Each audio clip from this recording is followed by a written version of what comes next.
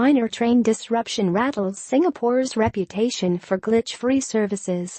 Singapore, Reuters. Singapore is grappling with a controversy that refuses to go away a month after rainwater flooded a tunnel of its mass rapid transit (MRT) service, leading to the partial suspension of train runs at weekends.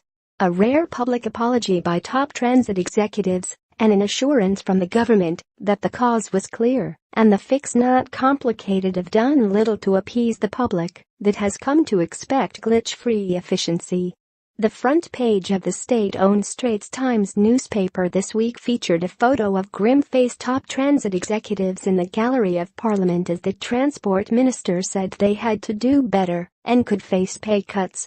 The facts of the 7 October incident are not complicated, and the cause of the incident is clear, the minister Khaw Boon Wan said, adding that poor maintenance and neglect of duties by transit managers were to blame. It is the responsibility of management to set the right culture of professionalism and excellence. It begins from the top. And if there is poor culture, the CEO is responsible.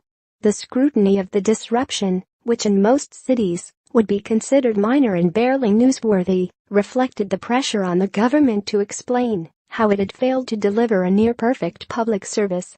Singapore residents are highly dependent on public transport.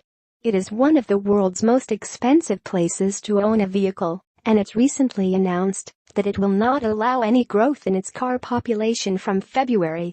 Voter discontent with public services can be particularly alarming to the ruling party, which saw its worst election showing in 2011, when 40% of voters went against it, partly in dismay over the growing strains on public transport.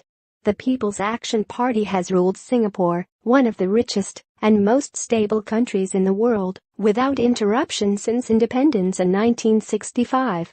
Transit operator SMRT chief Desmond Kuek was quoted in an email to staff as saying this week should have been a celebration marking the 30-year anniversary of the subway operations. Instead, we were awash in collective shame because a few of our staff had let us down, Kuek said in the email, according to the Straits Times. Editing by Jack Kim and Nick McFly.